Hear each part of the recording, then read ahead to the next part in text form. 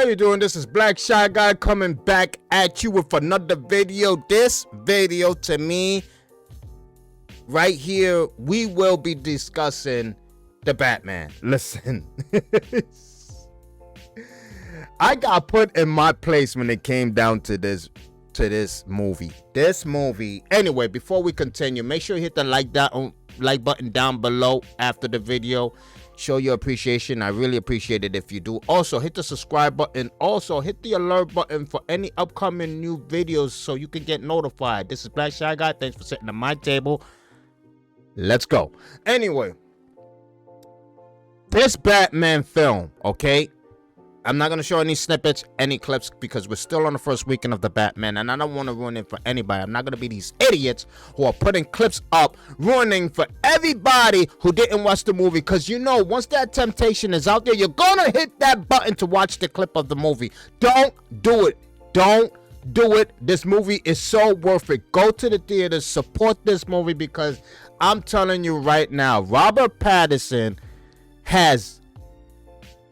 he's proved me wrong. I remember when they cast Robert Pattinson for the role, right? They cast him for the role. I was so disappointed to hear that he got the role of the Batman, to basically portray the hero that I'm in love with. I'm in love with the Batman. Okay, period. He's my favorite DC character. He's my favorite comic character of all time. Other than, I'm not gonna lie, I mean, I love Warblade in the Image comics. Basically one of the team members of the Wildcats. Ever since Image came out, for some reason, Warblade, I was just in love with Warblade. And Strife from the X-Force, I loved Cable. I mean, there's a lot of characters that I do like in the comics, but Batman always did it for me. He's always been that symbol of what I always envisioned in a hero. No superpowers, no type of gimmicky Doctor Strange type magical powers. He was just a regular dude with equipment that was somehow such a badass. Okay, but anyway, Robert Pattinson has proven me wrong. If you think Robert Pattinson was not a good Batman in this movie, I don't know what to tell you, because this is a Batman we have never seen before. This is a Batman. We're not talking about the Michael Keaton type Batman. We're not talking about the Christian Bale type Batman that was action scenery type or whatever. This was an actual Batman who was a detective, who was at work trying to figure out how to stop a maniacal individual in the Riddler. Okay? Him and Gordon was magnificent. Jeffrey Wright as Gordon took my breath away. Okay, he was so good as Gordon, and he's not the commissioner yet. So whoever's the commissioner, you're gonna get off, right? You're not gonna last long, okay?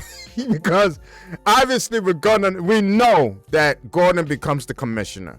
But their tag team between him and the Batman, the way they were solving the riddles, the way they were solving the crime scene and the clothes that Riddler was leaving was magical, because you never seen that in the Batman. I mean, I loved Ben Affleck's Batman, don't get me wrong. I loved Ben Affleck's Batman, but to me, this is my opinion, because I know a lot of people is going to have opinions on who their favorite Batmans are. But to me, in my opinion, this Batman, Robert Pattinson's Batman, Robert Pattinson, who to me brought Batman out of the freaking comic books into the movie cinema, is the best Batman I have ever seen.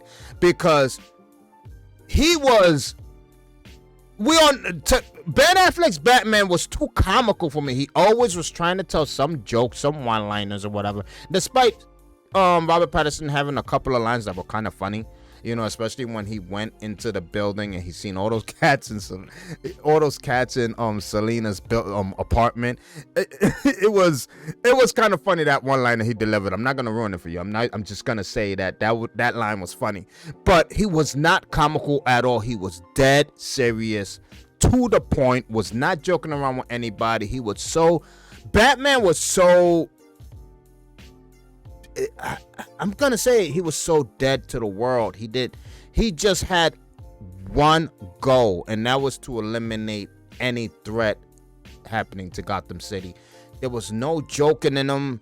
And his Bruce Wayne also was broken. His Bruce Wayne was like a man in turmoil, a man that did not want to deal with anyone. I mean, it was just so thrilling to see that version of a Bruce Wayne, because he wasn't no flamboyant type. He wasn't no playboy. He wasn't no cocky son of a gun that basically wanted to separate the characteristics of the Batman from the Bruce Wayne so no one could figure out that he's actually is the Batman, even though we know the Batman is his true self and that Bruce Wayne is the mask. The fact that there was no type of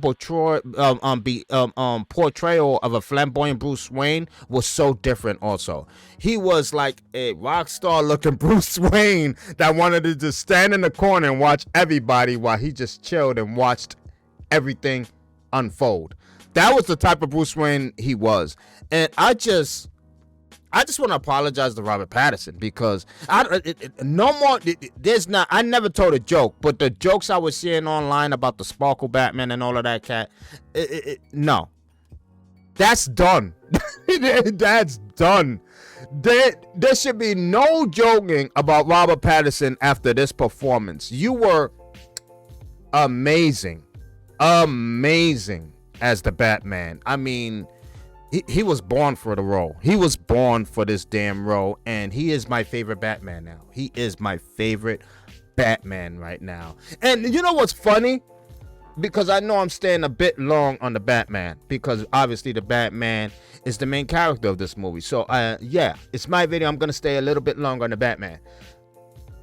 There was a scene in the beginning of the movie, okay, where he was narrating. Yes, the Batman was narrating his life in the first 2 years, in his first year as being the Batman.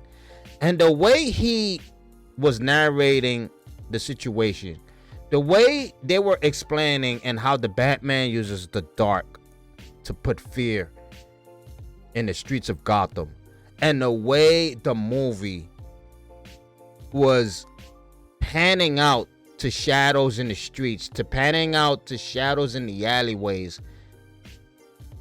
making you have that vision of, can the Batman be in those shadows? You know what I'm saying? And the way they had the criminals looking at the shadows like, yo, is the Batman gonna be there or whatever? It was just amazing, because it was just something brand new. It was something that the other Batman movies didn't do. And let me advise everyone of a scene when Ben Affleck was the Batman and he used the shadows in that scene with the cops. You remember when he was in the ceiling in the corner, the cop was looking with the flashlight, and the cop was like, I know I heard something. It was Ben Affleck in the corner as the Batman, and he skittled out of the damn freaking tunnel out, and the cop was like, what the fuck was that? You know what I mean? They never did that scene ever again. They never made the Batman use the shadows the way Ben Affleck used the shadows right there. But in this Batman, the shadow was his friend, period. Like, it was so damn good. And his anger, I mean, you felt his anger. You know what I mean? You felt his bitterness. You felt everything. I mean, and Patterson just did it with, you know, because he didn't have a lot of lines in this movie. It's crazy to me. He didn't have a lot of lines in this movie. He just was using his eyes. It's crazy. I mean, but anyway, Pattinson as the Batman, to me, top Batman. Number two to me, I know people's gonna throw me fucking tomatoes, but to me, number 2 was Ben Affleck. Number 3, Michael Keaton. I don't even want to talk about the other Batmans, okay? Don't want to talk about them. Christian Bale was a great Bruce Wayne to me, but to his Batman to me, okay? So I'm just gonna stay with the 3 that I just mentioned. And Zoe Kravitz as Catwoman. I don't want to hear it. Because listen, Zoe Kravitz, Catwoman, other than Michelle Pfeiffer's Catwoman, because Michelle Pfeiffer's Catwoman was never in the comics. That was a Catwoman they made up. And yes, it blew up. Everybody loved her. I loved her. She was amazing as the Catwoman. But the reason I put Zoe Kravitz over Pfeiffer, is because Zoe Kravitz's Catwoman came out of the comics. It was the exact replica of Catwoman in the comics, year one, period. And she played it perfectly. This movie worries me because this movie was so perfect. How can part 2 top this movie? How? How can the Batman 2 top this damn movie? I don't. It's gonna be hard, and I'm worried about that because this movie was damn near perfect. This movie was damn near perfect. 100%. 100% damn near perfect. I give it a 95%, 4 out of 5, 9 out of 10. However you do your ratings, I give this movie a point out of being perfect. And the only reason I don't give it that extra layer to complete the perfection of this film is because I didn't see enough Bruce Wayne. Because basically, Pattinson was Batman, I think, 95% of the time in this movie. So I give this movie, I need to see more Bruce Wayne. I need to see more of that hurt. That I wonder if they're going to capitalize on him being someone else in the next Batman. Maybe he has to realize, hey, I got to be more out there as Bruce Wayne. I got to expose myself more so people can basically not pinpoint me as the Batman. I don't know what they're going to do, but they got to do something with the Bruce Wayne because I do want to see the beautiful streets of Gotham other than seeing it at night all the time. I need to see how Gotham looks during the daytime because Gotham itself is a character on its own. So I need to see more of Gotham streets during the day. But like I said, let's get back to Zoe Kravitz. She was amazing as the Catwoman. Amazing as the Catwoman. I put her as my favorite Catwoman right now. She is my favorite. I love Pfeiffer. Don't get me wrong and don't throw tomatoes at me. But listen, Zoe Kravitz to me was the best Catwoman. She took the crown. She took the crown. She took the crown right now. It's funny because Pattinson took the crown as the Batman also. So far, Catwoman and Pattinson has taken the crown as the best version of their characters to date. Okay, Gordon was amazing. I don't really put a crown on Gordon at all. I think so far the last two Gordons were really great. The only thing that worried me about this movie, and we're not even up to Colin Farrell yet, because Colin Farrell just killed it as the Penguin. You hear me? Killed it. He was amazing. Period. Colin Farrell, I mean, look at that. He just changed the whole freaking subject of what I was going to talk about. I can't believe he was that amazing as the Penguin. I mean, this guy is so damn good in whatever projects he's been in. He's just, I don't know. Colin Farrell is always in a hit and miss film, and it's not because it's his fault. He's always on a hit and miss situation when it comes to films, but he nailed it in this one. He nailed it. He was great as the Penguin. He had the best scene in the movie to me. He had the best scene in the movie between him and the Batmobile. The best scene in the movie. Period. That scene in the movie, when I buy this film, because I already seen it twice. When I buy this film on DVD or whatever, digital, whatever the case may be, I'm going to watch that scene, I think, 4 in a row, rewinding it. Okay? Because the introduction to that car scene chase and the Batmobile, and that Batmobile, when it is introduced into the movie, man. Woo! Yo, that Batmobile is badass, man. Like, it is so damn good. And it also showed how crazy this Batman is, this year 2 Batman is, because you've seen his rookiness in this car chase, how reckless Batman was in this car chase, how impatient he was in this car chase. All the versions of the Batman that's not portrayed in his veteran status, because obviously this is year 2 Batman. He doesn't have the experience yet. So his recklessness in this car chase was amazing.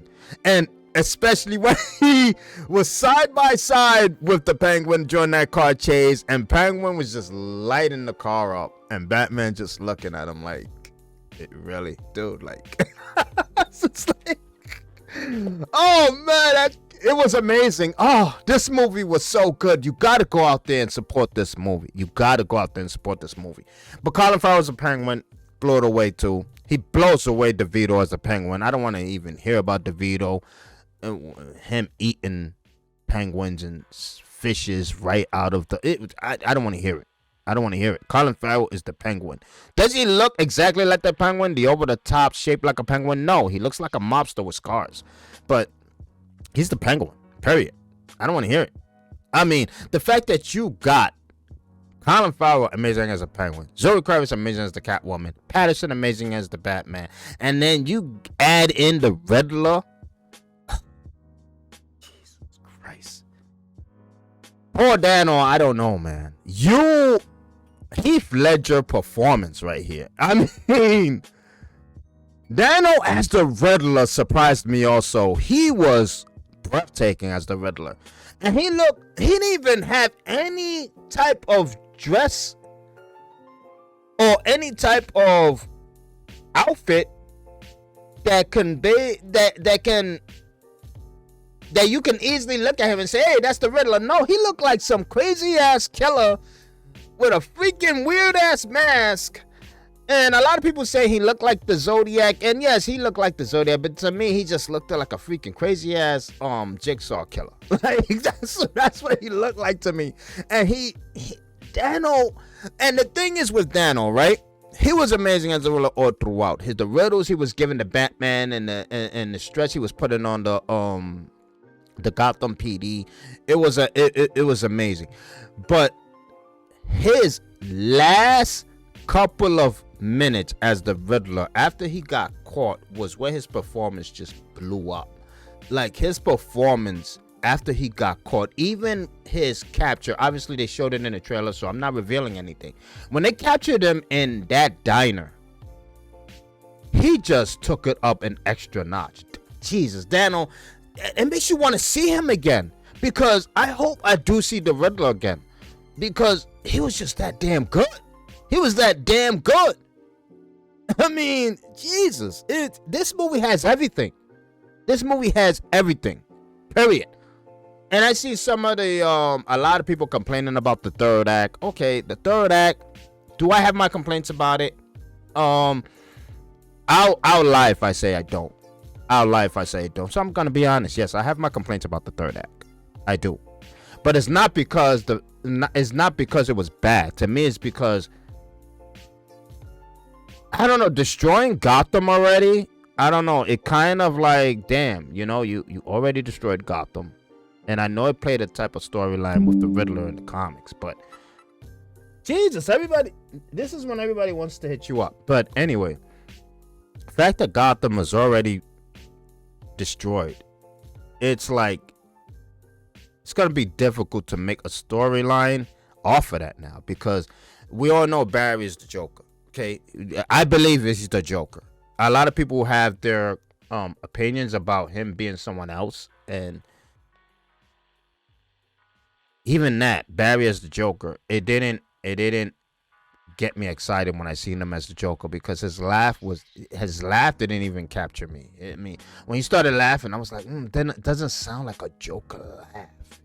It was like, it didn't sound like it. It was like I'm sorry, I did add this, and I really deeply apologize. I did just say something that I shouldn't have said, but yeah, I said it. Supposedly Barry the Joker is in the last quarter of the movie, and yes, that is a spoiler. I didn't want to add any type of spoilers, but unfortunately the movie has taken me to a different direction because of how good it is, and I blurted it out, and I'm not gonna edit this out of the video, okay? But maybe he's not the Joker, so maybe it's not even a spoiler, because he could be someone else. But I know he was badly scarred, and supposedly everybody's saying he's the Joker. To me, I'm not gonna say he's the Joker yet, because he could be someone else. Doesn't necessarily has to be the Joker. But if he is the Joker, it was a very disappointing reveal of the Joker, because his laugh wasn't even there. His laugh wasn't Joker-like. So, I mean, it is what it is. But the third act of the movie, I believe they shouldn't have destroyed Gotham already. That's the only thing I didn't like about the third act. Not that the action sequences and and stuff like that were bad. I just believe that they destroyed Gotham a bit too soon in this early portrayal of the new Batman that we're receiving, and already Gotham is destroyed, and I don't believe they should have done that. I think that it would have been more understandably done in part 2, but to do it already, I'm like, but I understand everybody's gonna be in a war grab now that Gotham is destroyed. Everybody's gonna seek the upper hand to grab it, so a couple of good storylines could come off of it, but it is what it is. All I'm saying is this Batman is definitely worth it. Pattinson will blow your mind away.